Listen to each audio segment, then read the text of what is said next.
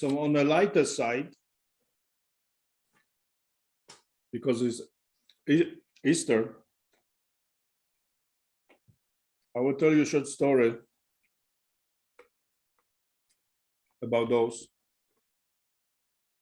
who make the claims. Or I did it in Master's name, or Master Moses this and that. I did it, or Master name, Master told me. I think it was 20 years ago. Me and Grace, we sing this like a home theater kind of group. And there was a story, there was a play on the stage. I still remember a little bit. But it is about the guy who died. So this guy plays the golf, and he's on the golf course. And so he dies, heart attack. And he wakes up, and he's like, okay.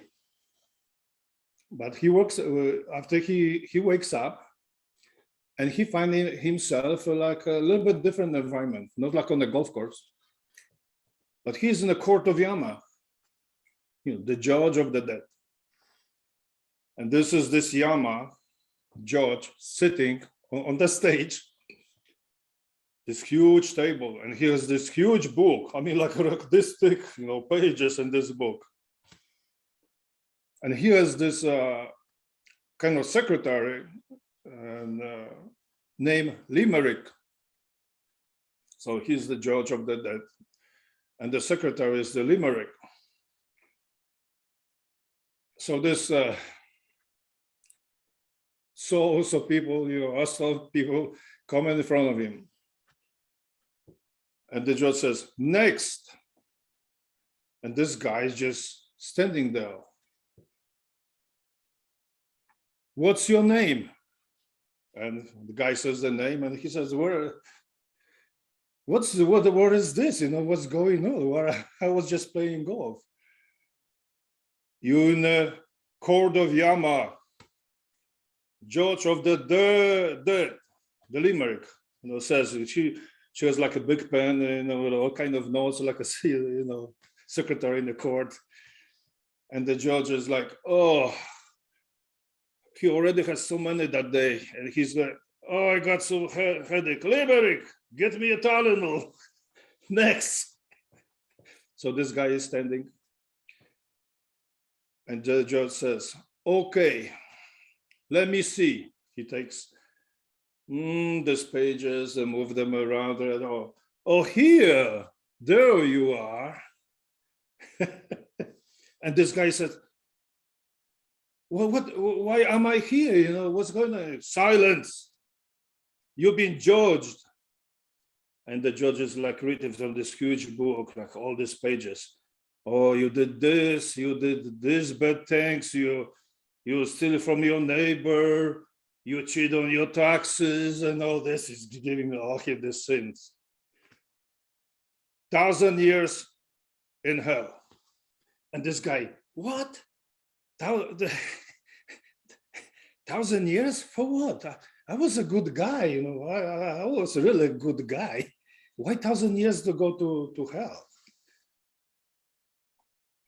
Where am I, this guy again? What's going on? You in the court of Yama, don't you know?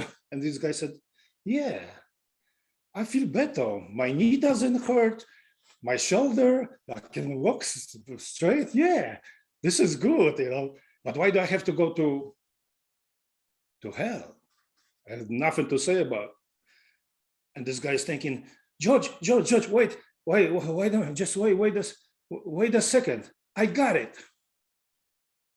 I was a missionary in my life. I was a Christian missionary in my life, in the Amazon. And the judge says, you were? Let me see.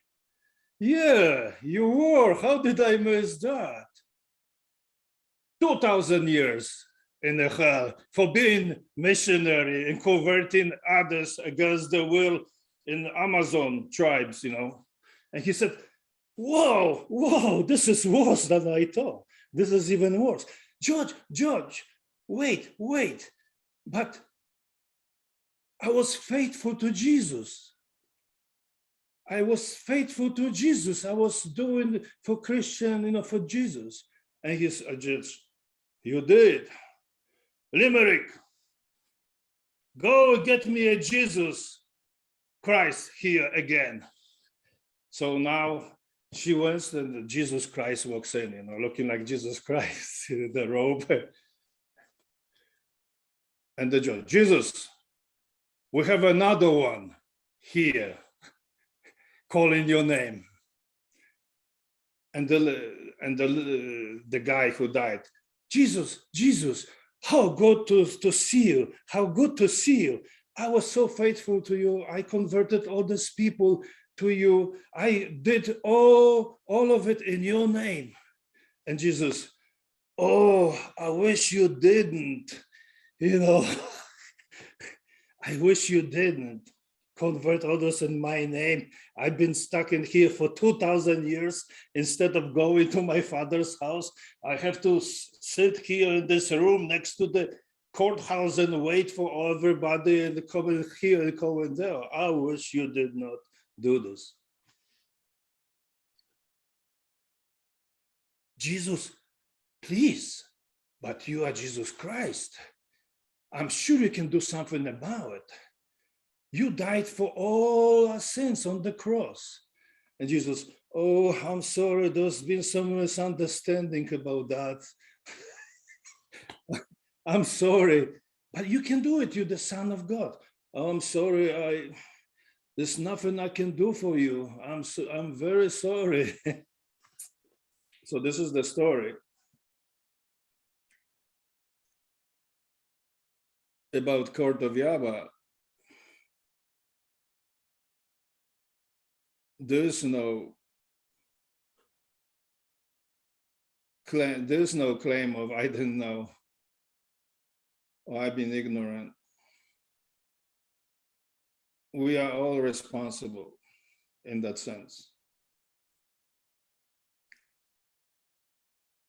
Intervening in the other person consciousness. So, like I said at Bandara, we have to be very truthful. We have to be honest. Not just to other satsangis, but to everyone around us. This is a very important part. Unfortunately, this may not be always the case, including, I will stop at that.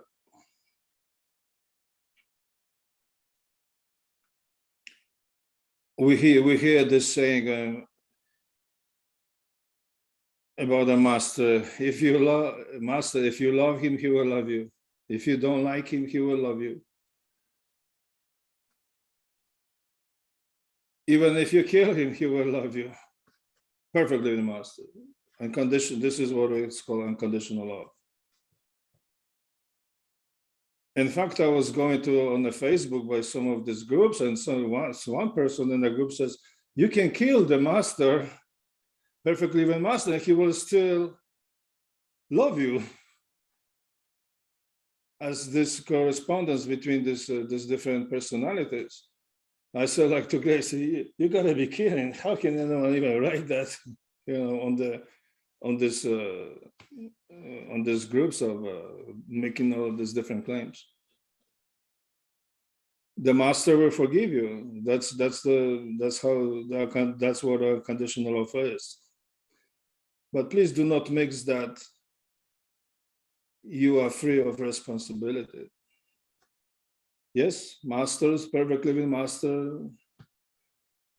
will forgive people all kind of shenanigans, and I've seen it. People will steal from the Sangha.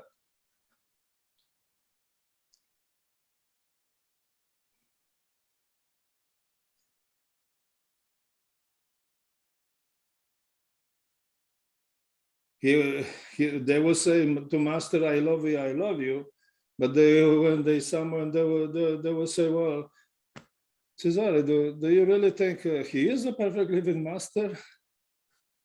And I was just like, whoa, really? How can you say that? Even to consider.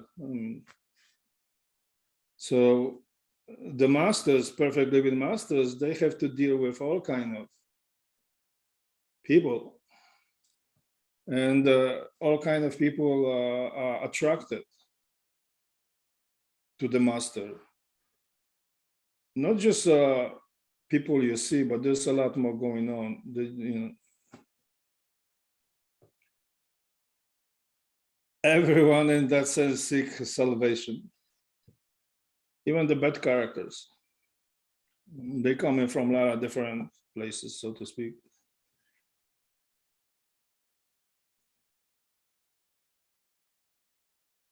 And I was with the master once. I'm sharing something very personal now. And he asked me these questions about love.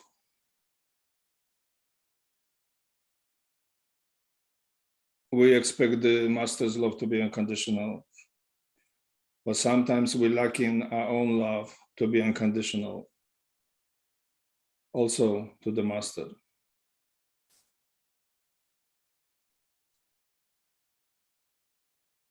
If you're with the perfect living master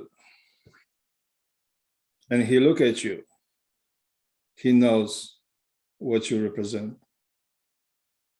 He knows exactly who is fake, who is true, who is around him just to make money. In fact, me and Grace, we were with the master, and there was a conversation about these businesses. A master said to us, you know, I think they doing all of this just to see me. Is that what he said? Or to be with me? That's what he told us privately. I'm basically quoting the master because I was at those meetings and so forth. What I'm trying to explain, when master leaves his physical form, like how did you say, Grace? He leaves everything clean. What did you use? What kind of? We were speaking with Grace, and he leaves everything clean, like a clean slate. All these different people, all these different satsangis, dealing with all these different states of consciousness or businesses, they all still there. Master left, and everybody is left where they were really seeking when they were with the master. A lot of people were seeking money or recognition or this and that. They lost the money. It wasn't the master's fault. It was every individual's fault, the greed.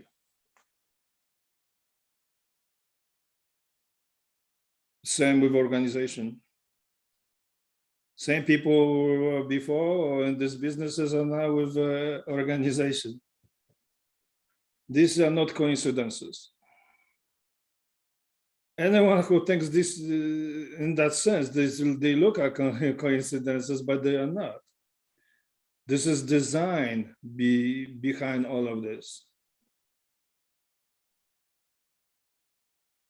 I was told to my face once, you know, we're all gonna make $1 billion. But one of those involved in the businesses.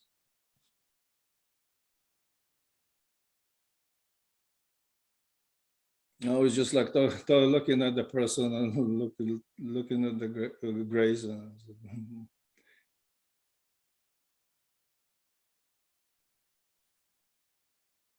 money cannot buy you perfect living master's love.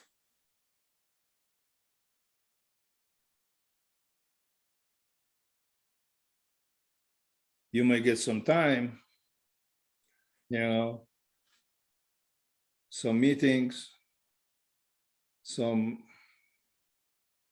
dinners, but this is not what we're speaking about, Ishvar Puri Santmat. What we're speaking about is the truth. We're seeking the truth. No money can buy you that.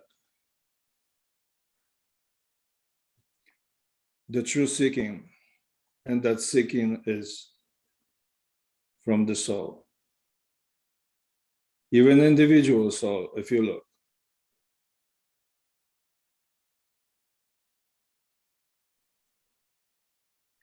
Although the whole show is created by the soul, not most people think it's created by the mind. It is created by the soul, including the mind and including the karma and all that.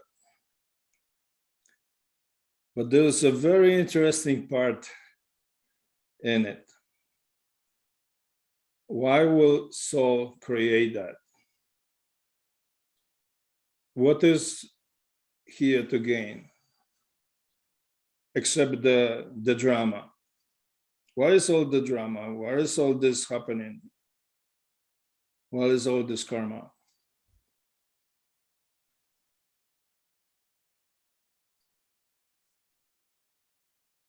To be with the master, that's the one thing.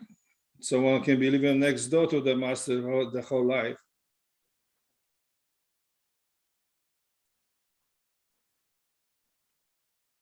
That is the difference. There is a difference between master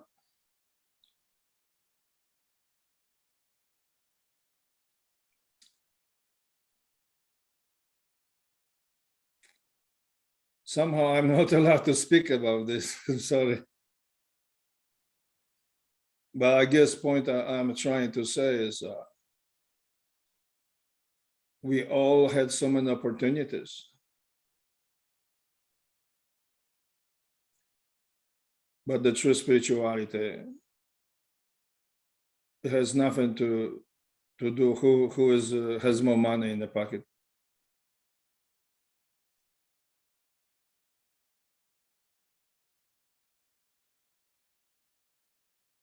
Who is richer. In fact, Christ, because his sister said to Jesus something to the nature that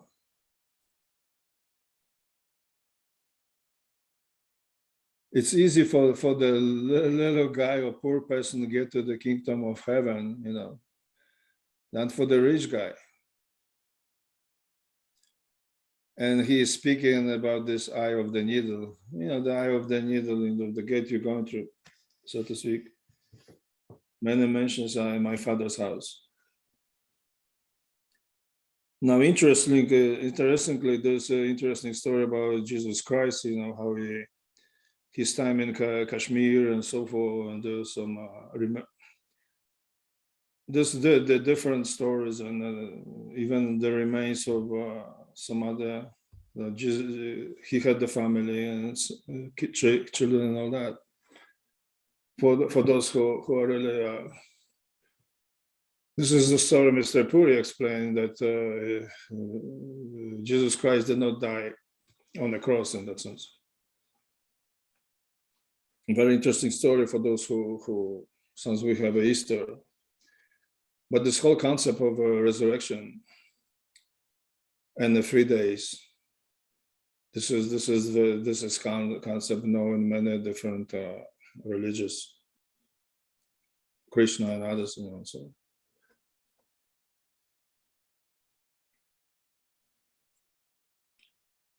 I have a question from one Satsangi. from two satsangis about many different things, and I spoke to some people about this. So let me end this satsang explaining something what this group is about.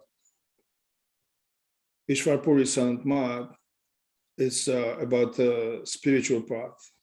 The spiritual path of Sant Mat, as we learn, as we understand our experience. Recently, I went through some quite a few questions and answers. I know the answers for many years. Excuse me. And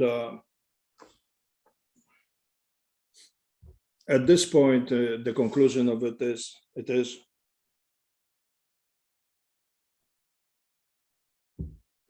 if someone has a questions about the organization or Isha, US or anything like that, or what they do or don't do, or any questions for the present or past, please contact Isha. Please contact Isha or the chairman of Isha organization with all these questions, wherever they are. I've been contacted by some people and trying to get some answers to some different questions. The official Ishwar Puri Sant Mat of this group is address all these questions to organization or to the chairman of Isha, depends on the question, and let them answer those questions. And these questions are in regards to what's most for the Dara and Barus, should we give money or not, or serve, this type of questions, or questions about some other stuff. Please address those to the organization. Is there responsibility or chairman of organization responsibility to answer all these different questions you may have? I also had these different questions a long time ago.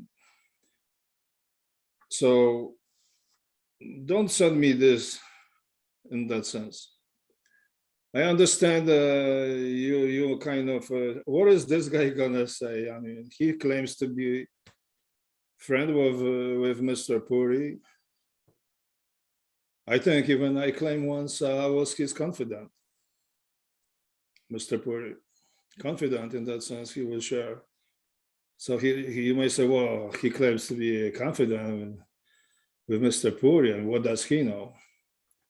Is this claim true? Yes, that is 100% true. Mr. Puri shared with me, thanks me and Grace, many different things. So I don't have any questions, and I don't have any questions about anything. But please do me a favor. This is not my job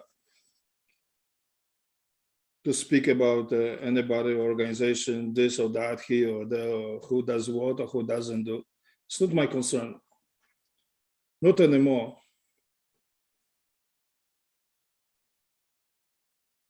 Do I give donation to organization? No, I do not. We stopped giving a long time ago, Grace. That is my personal answer as far as I am going. What anybody should do or not to do, that is up to the conscience. Don't drag me into that, because no concern. This is not my concern, anything like that. Okay. Jesus Christ said, those who are without the sins, let them, throw the first stone. About this lady. Different profession lady. So those who are without the sin, let them throw the first stone. My view of everything, we should love one another. And we all brothers and sisters. But that doesn't mean you have to agree, or I have to agree with everything everybody does or they don't do. Mr. Puri also had his opinion about many different things, about everything. And he also knew who is who and about everything. I can attest to that. In fact, he spoke to us about many different things.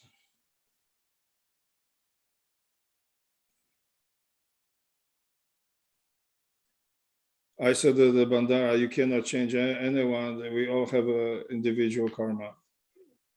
These are all karmic relations.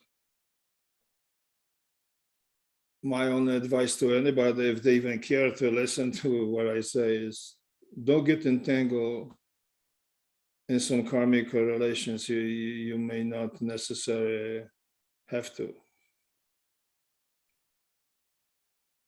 Just let it everybody work out their own karma in that sense. Things happen for a reason. But if you don't agree with something, then don't be afraid. Don't be afraid to stand up for yourself, because no one else will, with exception of the master.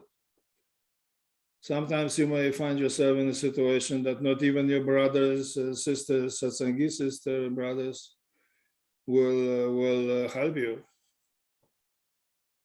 But if you're initiated by the perfect living master, he will always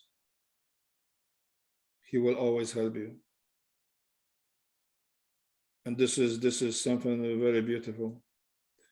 This is not just abstraction I'm speaking about. This actually, it's reflected, will be reflected or is reflected in your life. But what I'm trying to tie into the critical faculty of the mind, do not be afraid. Please, brothers and sisters, do not be afraid. Do not be afraid to stand up for yourself. If you see someone is treating you like a fool or taking you like a fool, don't conform that. You don't have to. Don't be afraid. Authority projected by some individual and the group of individuals, they try to take a power, your individual power away from you. Do not go on your knees just because somebody says so or someone makes some kind of claims. The real ones will always tell you, I love you. I know this is kind of referring to the mind, I love you. And they will love you as you are. They will love you as you are. I love you as you are. We are not, I'm personally not trying to change anyone. Only thing I personally says as a Sevadar of my master is we have to strive to be for goodness. We have to strive to be good. Not just take advantage of anyone or brothers and sisters, or just exist to collect the money from our brothers and sisters. Ishvara Puri Sandmata has no connection with any organization. And this was portrayed from the day one. This is disclaimer we have. And this is not because we don't like other people or other satsangis or anything like that. We just, this was decision made in January 2020. because what I've been told and what I see and what is going to still happen still in the future, I cannot be a part of it. So I am not. I'm not here to criticizing anyone who is or who were. This person belongs to this group, the other person belongs to the other group.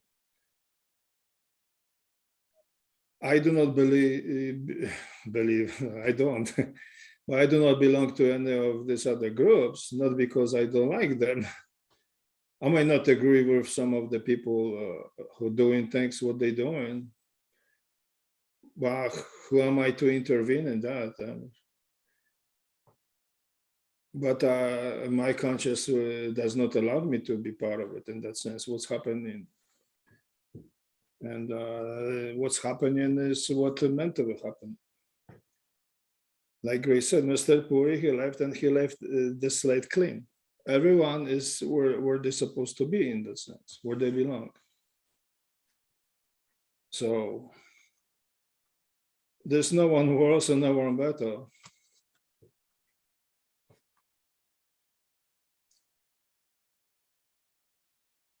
To try to explain my situation, whatever I know, I have to live with it. And like Pranay said, this he can't comprehend how I could do this for so many years. He said that once to me.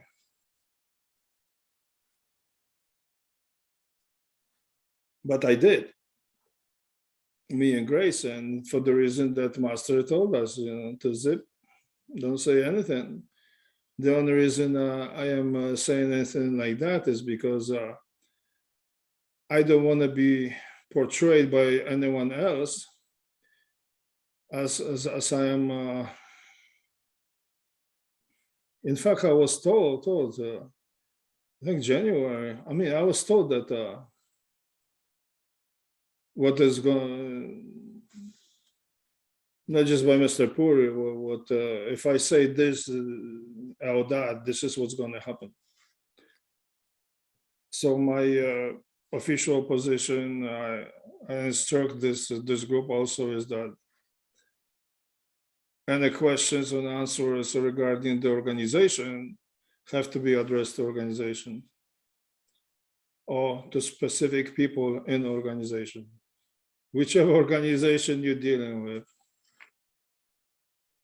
And of course, I'm referring to organizations which are functioning under the shield of Mr. Puri picture and all that, But mainly I'm speaking about the one in the United States.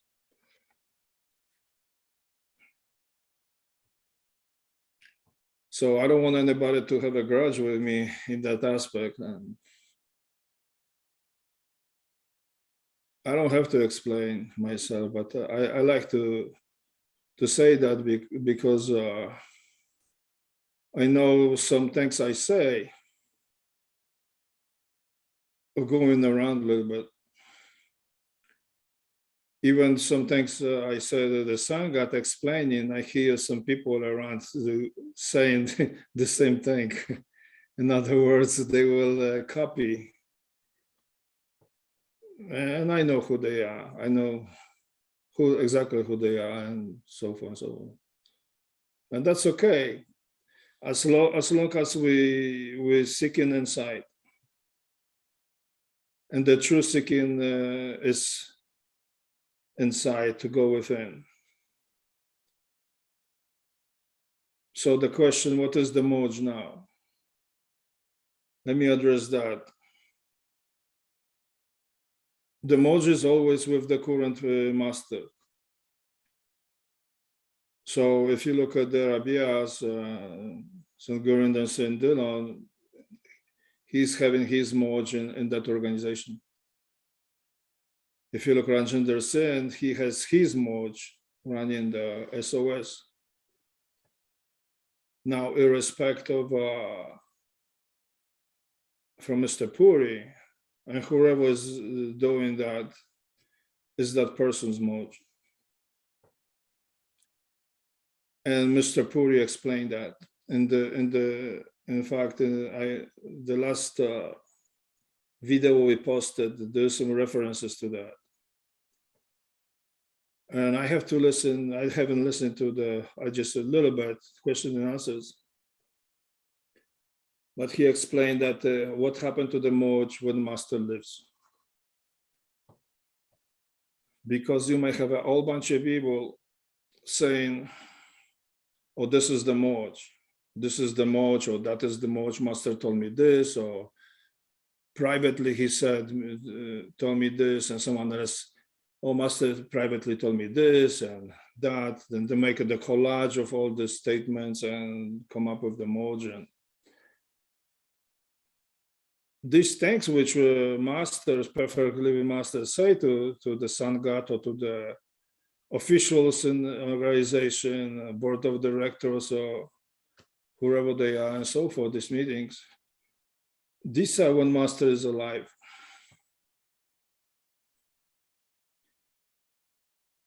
When master leaves his physical form,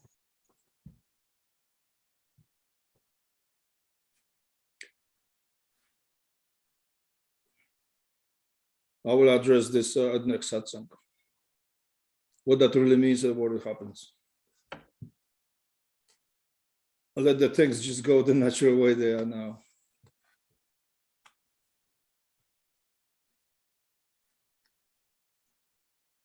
So I'm done with the satsang, and I thank you very much, everyone. Unless there's some questions, anyone has a question, I will stay a little bit longer. What time is it? It's 8:30. 8:30, and we started like around 6. Oh, we have lots of breaks. Lots of breaks. And we So this is like a actually- shortest satsang of them all, because usually we sit like for 7.5 hours. We actually start at 6 to. We say start 6:30.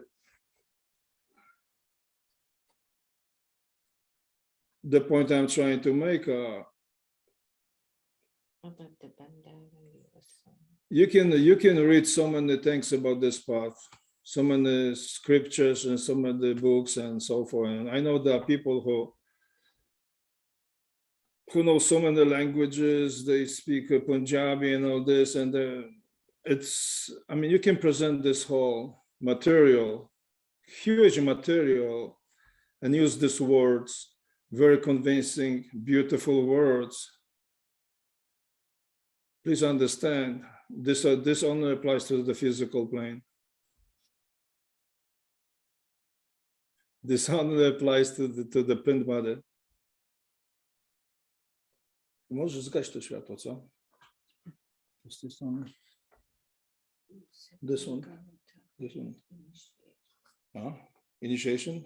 And bandana. Oh, Grace just remind me something.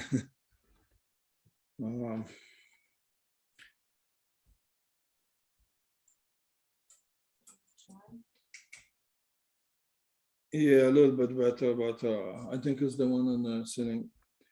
So Greg just reminded me something, and that has to do with initiation.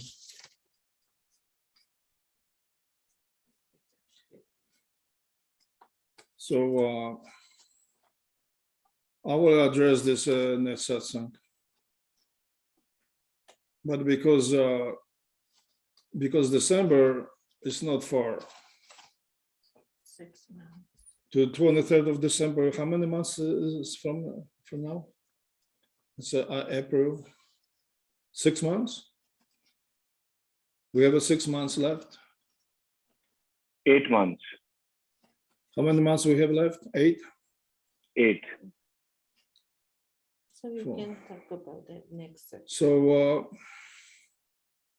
I will address this maybe at next satsang, but I want to address this at least 6 months before December 23rd.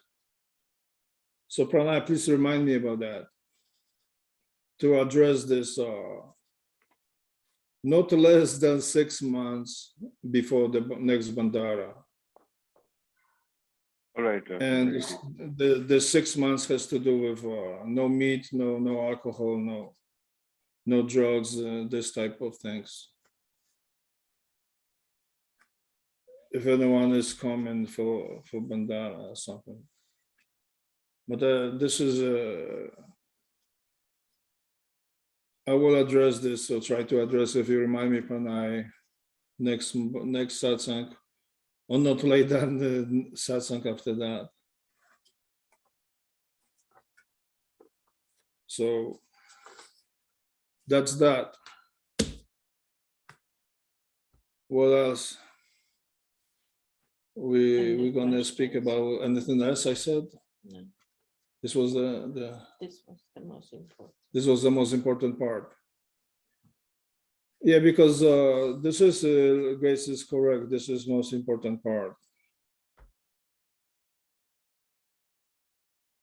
At least Ishvara Puri San. Like I said, we're not concerned about what anybody else does. And my master told me once, "What are you competing with?" You know, he asked me. I told him, "Look, this is what this is happening." And he taught me a very good lesson at the time. He said something. What are you competing with? You know, I said no. So he taught me very, very good lesson. After that, I didn't dare to. You know, I'm not competing with anybody in that sense. He taught me. I was like, oh, whoa! You know, he really taught me the lesson, Mr. Puri, in the house, in you know, family house. He taught me the lesson. Why you this? Why you that? Please understand, Mr. Puri was sharing many things with us, and also many things about not just the Sangha, but how to look at many things like emails from people and so forth.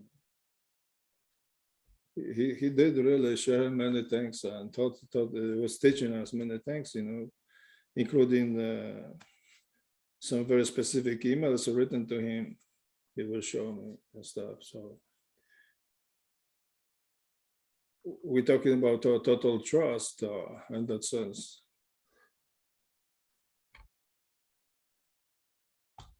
And the responsibility too.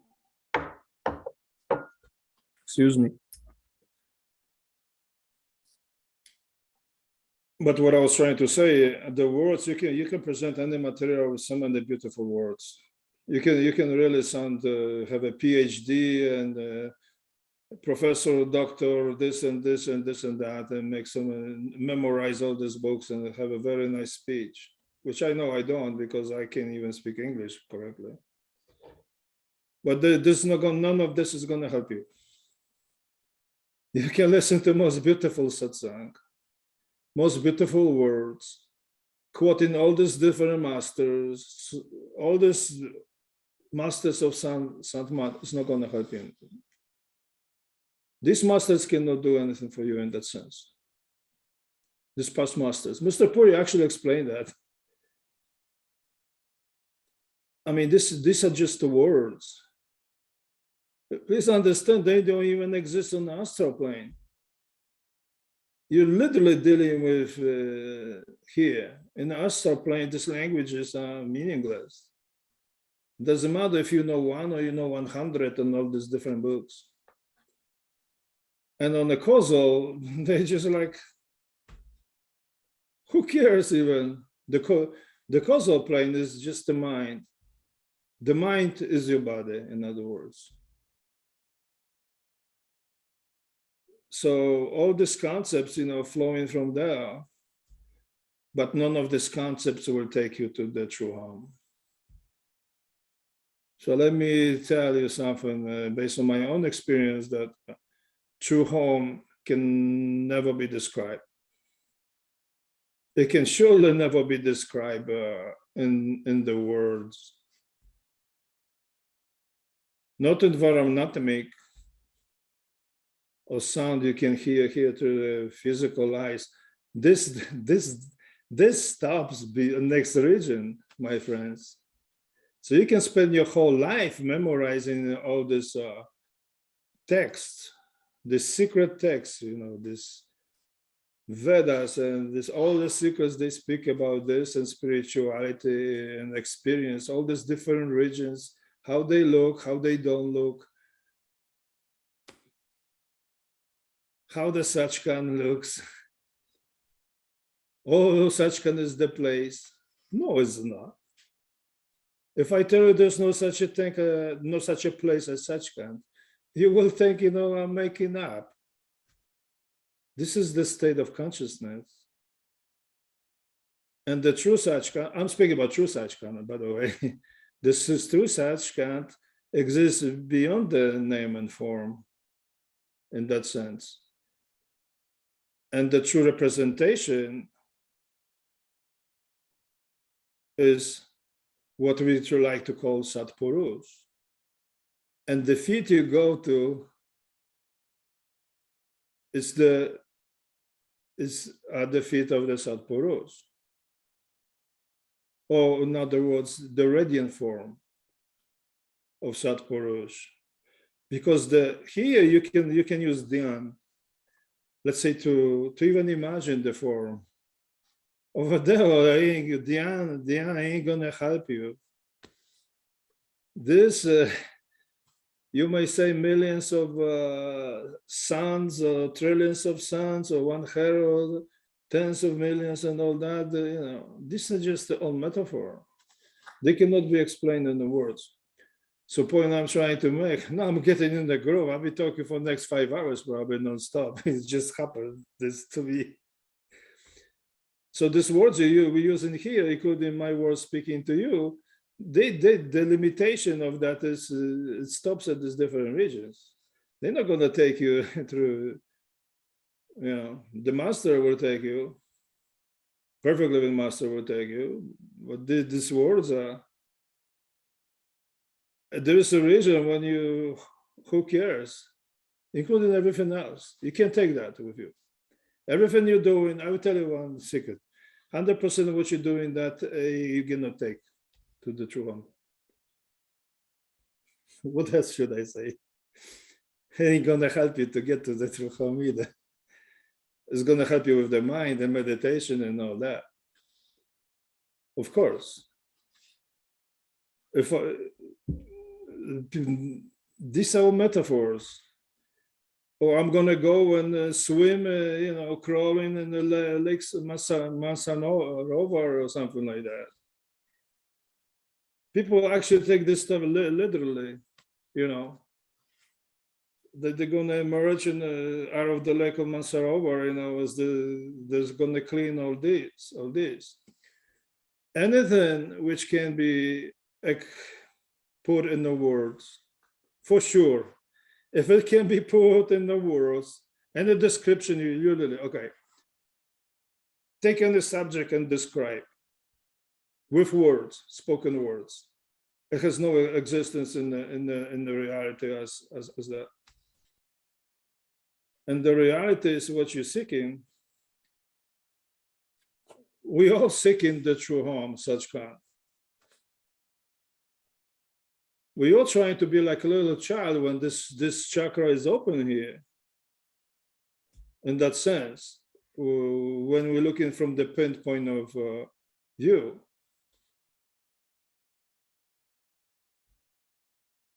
But these concepts you have now, and we're speaking about at this satsang, they do not exist there. In other words, Alak, Agam, and Anami has no existence. These are conveyed through the mind. These words do not exist there in that sense. These are just the descriptions. Alak, Agam, and Anami are static states of consciousness. These are unchangeable. You cannot describe them. You cannot put them in a written word or anything like that. you cannot take that with you, no more than you can take your physical form with you to the astral plane. Ain't gonna operate there.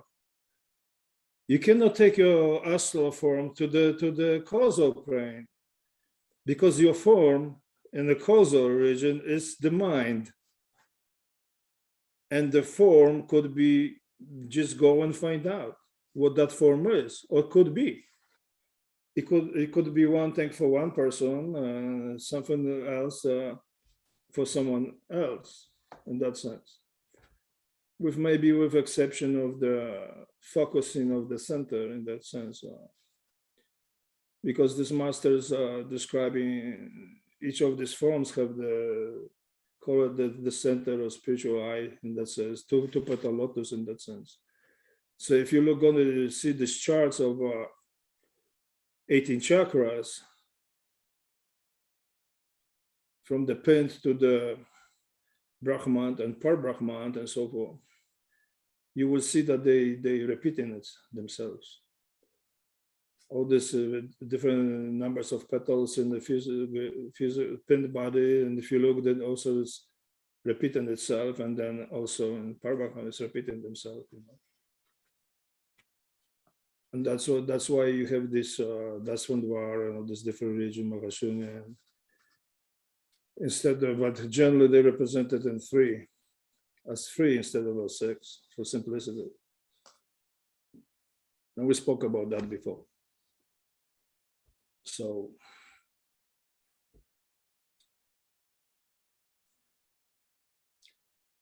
that's why I'm kind of drifting away from speaking about theology of Sandman, because there are so many people who speak about that as we speak. I mean, as I speak, they will explain to you all these books. There are just even different groups after Mr. Puri. That's all they talking about. All this knowledge or describing this and all that and that. But none of that is going to help you. None of it. Because the farther you go within consciousness, you have to leave that behind. Even everything you practice, you cannot take that to Barandar Gufa. None of it. In that sense. And don't believe what I say, just study what these masters are saying. In fact, I was reading Fakir Chand, some of his books, Yogic Philosophy and all these other books I have. I read sometimes stuff. But there's some communication between Fakir Chand and the Great Master. And you can find out yourself, details on all these different letters or so forth. And one of those Fakir Chan said about the Great Master, and the Great Master is saying, how can I tell them the truth? I cannot. And if you want to hear the rest, please research Fakir Chan. If you're really interested in these things. My point is that these perfect living masters, they only can say so much. They only can tell us so much. Surely they cannot, there's huge limitation in what they can tell the Sangha. That is an incredible limitation. And if you just participate in the Sangha, in those talks by these masters to open Sangha, but then privately, anyone who had the chance, that would be like, whoa, that's a different story. Different, that carries different weight, but this cannot be spoken because we all, when you deal with the general Sangha, you have, let's say you have 100 people listening, or 200 people listening, or 1,000, or million. Now you have the masters are dealing with the group consciousness. So there is like a derivative of this as a group consciousness. Now, if someone is a perfect living master, he can address individually. I mean, one person can hear one thing, the other person can hear a little bit more, and then when they go, "Did you hear that?" Well, no, I did. I haven't heard that. Master said that. So there's a different reception. And I had this experiences when Mr. Puri gave talks. We would be talking between each other, satsangis, and everybody will hear something a little bit different, just about, or they will totally did not hear some of it. So my conclusion to that is just has to do with the different state of awareness of the person. Now I'm gonna, I don't know why, but because I'm gonna reveal something to you.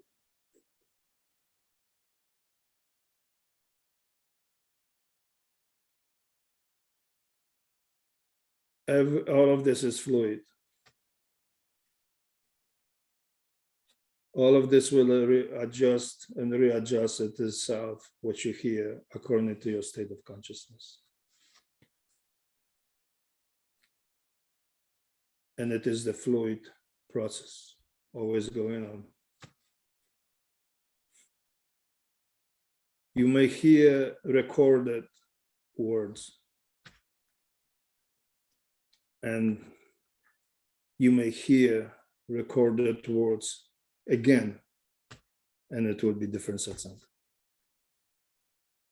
All this is, I'm revealing some real, very secret truth to you. All this is adjusted and readjusted constantly as you go, as a reflection of your state of awareness. So what am I speaking about? You may hear recorded, something recorded by the master, some master, then you hear about the same thing, same recording, same dates and everything. It's a totally different recording. It's like, I don't want to call it exactly what that is. I'm just trying to explain something to you. There's no permanence in that sense. Everything is constantly adjusting in your life, even spiritually.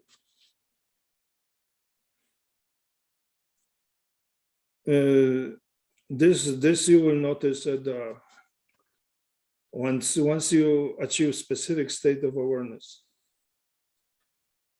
you will notice that, and they will become part of your life in that sense. So from that moment on, from that region, when you start operating consciously, everything you hear by anybody speaking, you will totally take that differently. You will know this is just a temporary stage they're speaking from. The next stage is going to say something different. So when you attend the satsang or some group meeting or anything like that, by then your reception will be different. And there's a point where when you come to the conclusion that why even bother, because I know this is all going to change. This is just for the specific level of consciousness as we speak. When you go to the next nexus of time, once you reach the nexus of time, they will see this in totally different view. It's just like walking into the room and seeing all your incarnations, thousands of them, all around you in that sense. I'm trying to convey something to you.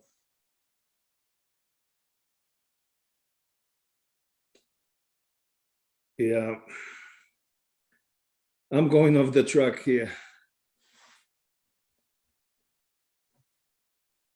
That is very nexus of time and all that. I don't think this is for the satsang even how that works, because it has to do with reincarnations, has to do which one is the major reincarnation, which and stuff like that, which were just regular incarnations of you. as far as from the time frame. And these concepts are not really spoken because we're talking about where is the major incarnation. You think you are major incarnation, but the main incarnation may be living somewhere in 400 years BC in Greece. Okay, I'm just metaphorically speaking. And that is your major incarnation from that point of view. Not necessary. In other words, I might think of myself, I'm the final one, but that may not be true. The final one may be living 10,000 years in the future or 10,000 years in the past. This is metaphorically speaking. Now, interesting point is that in Saint Mark, the way I look at it, I'm really going into the woods right now. I really don't know why I'm doing this, because this is could be disturbing for some people. Look at this the different angle. That final reincarnation, so to speak, is when like I was reading, when you have this final initiation. So now you do not have to come back to the physical life. Let me explain that way, because if I start explaining you this other way, you will really be scratching your heads right now until tomorrow. At least I was. Maybe not you, but I did. Kind of took me some time to get a grip of that. These concepts. But nevertheless, these concepts are all within the mind.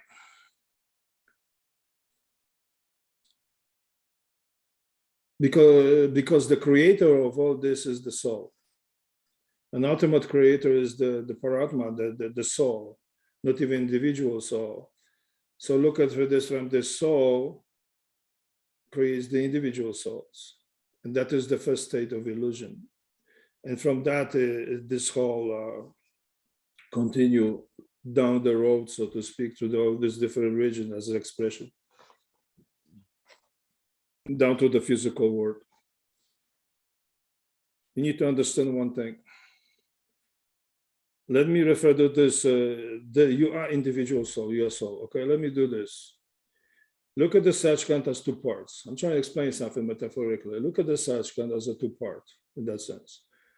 An upper part, there's only Paratma, or soul. This soul. And this lower part, look at this like the individual souls, which are created by this Paratma, so to speak. So this is not necessarily how it is, but look, assume that the individual soul is that the source of everything. So the whole creation, including the mind, comes from that soul. Although mind is a tool or machine as an expression of it, all comes really from the soul, including karma, including everything. And most people think that this all comes just from the mind, or causal mind. Look at the causal mind is just a universal mind with all this. You can spend million years though researching this whole different ideas, which are unlimited. It's not going to help you with anything. But it is just a tool used by that individual soul. This is just I'm giving you a metaphor. And when the soul picks up the mind, Mr. Purios explained, he picks up like this DVD, right? DVD with everything programmed. Please understand that DVD has only one life.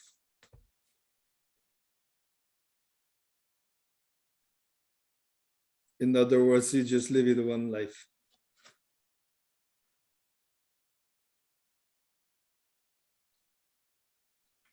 All the past and the future is just an addition to that experience you just picked up.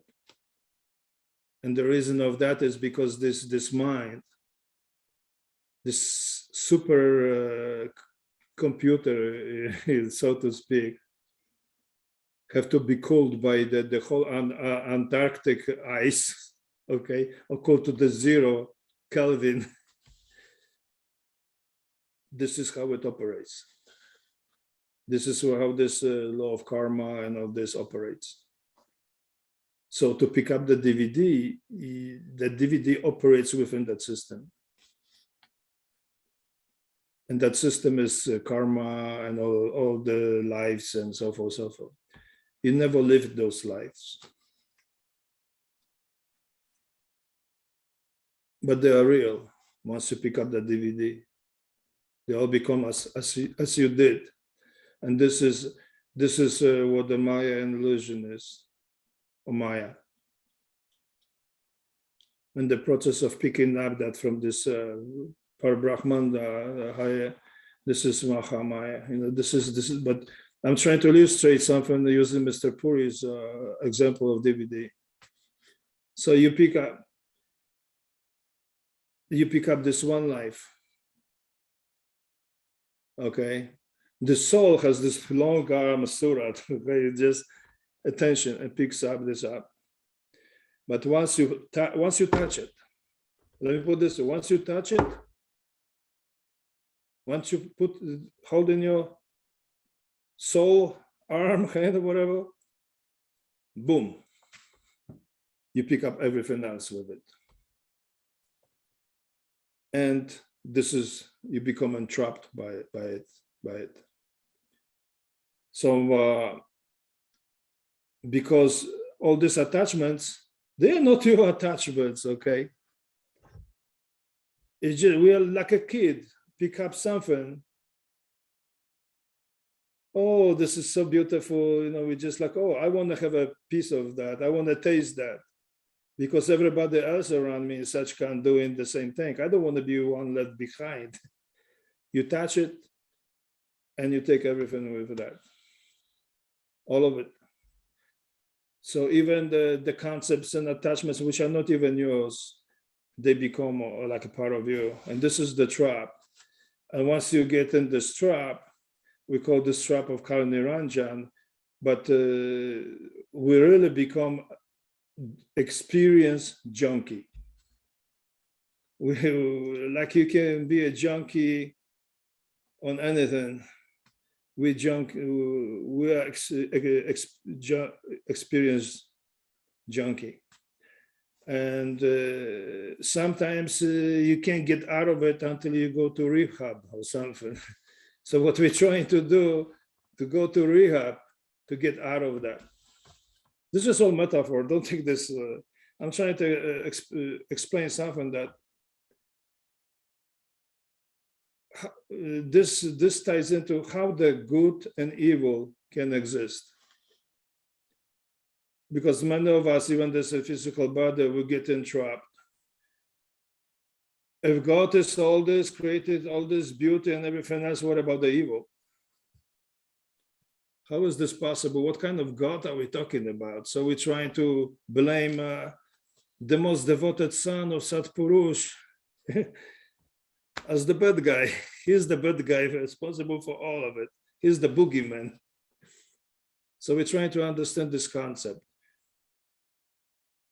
But this whole concept is illusion. Let me explain something here. If you care or not to care, has no reality at all. And sans has no reality at all. That's how it is possible.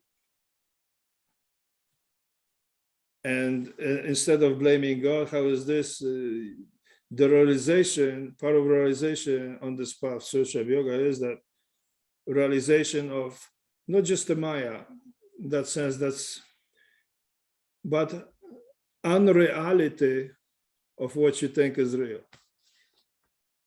This is what we're striving.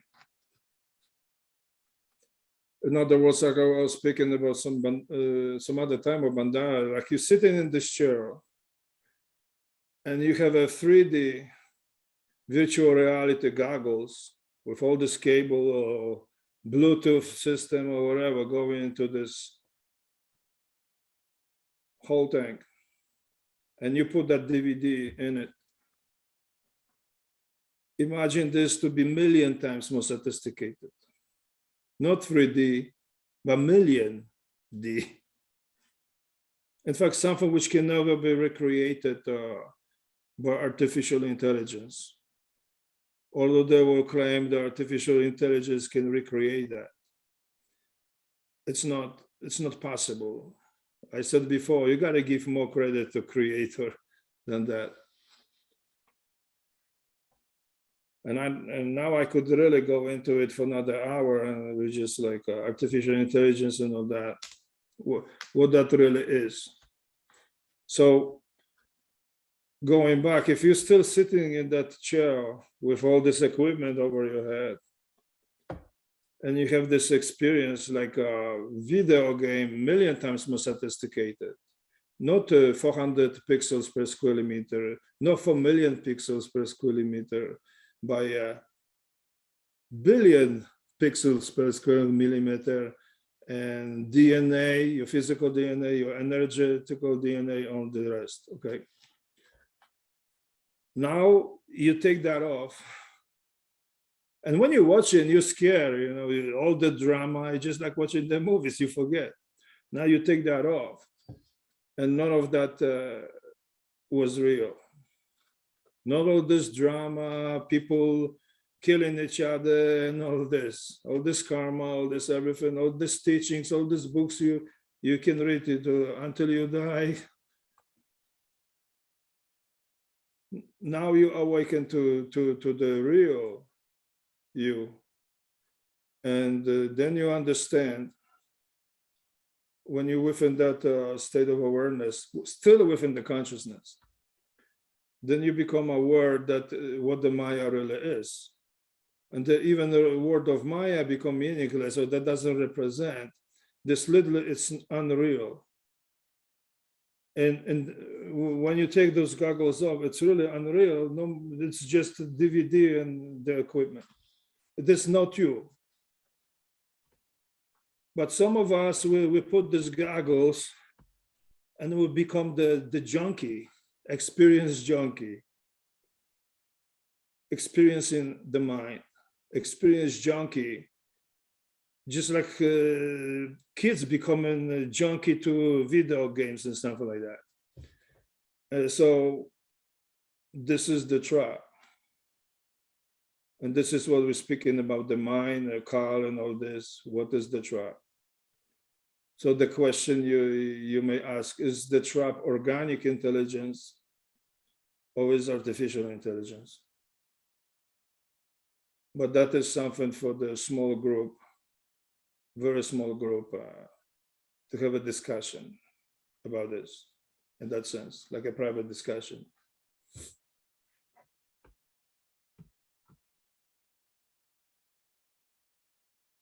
Many things which are going on right now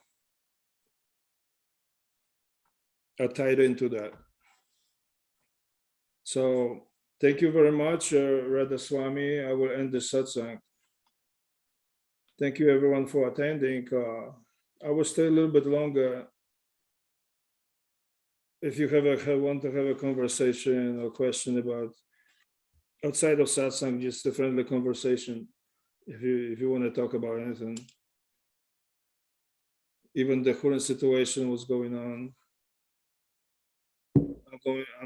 This is not the satsang is all, it's finished. Those who stay or who wants to stay, we can just talk about many different things. Radha Swami, from the perspective of as a seekers of the truth.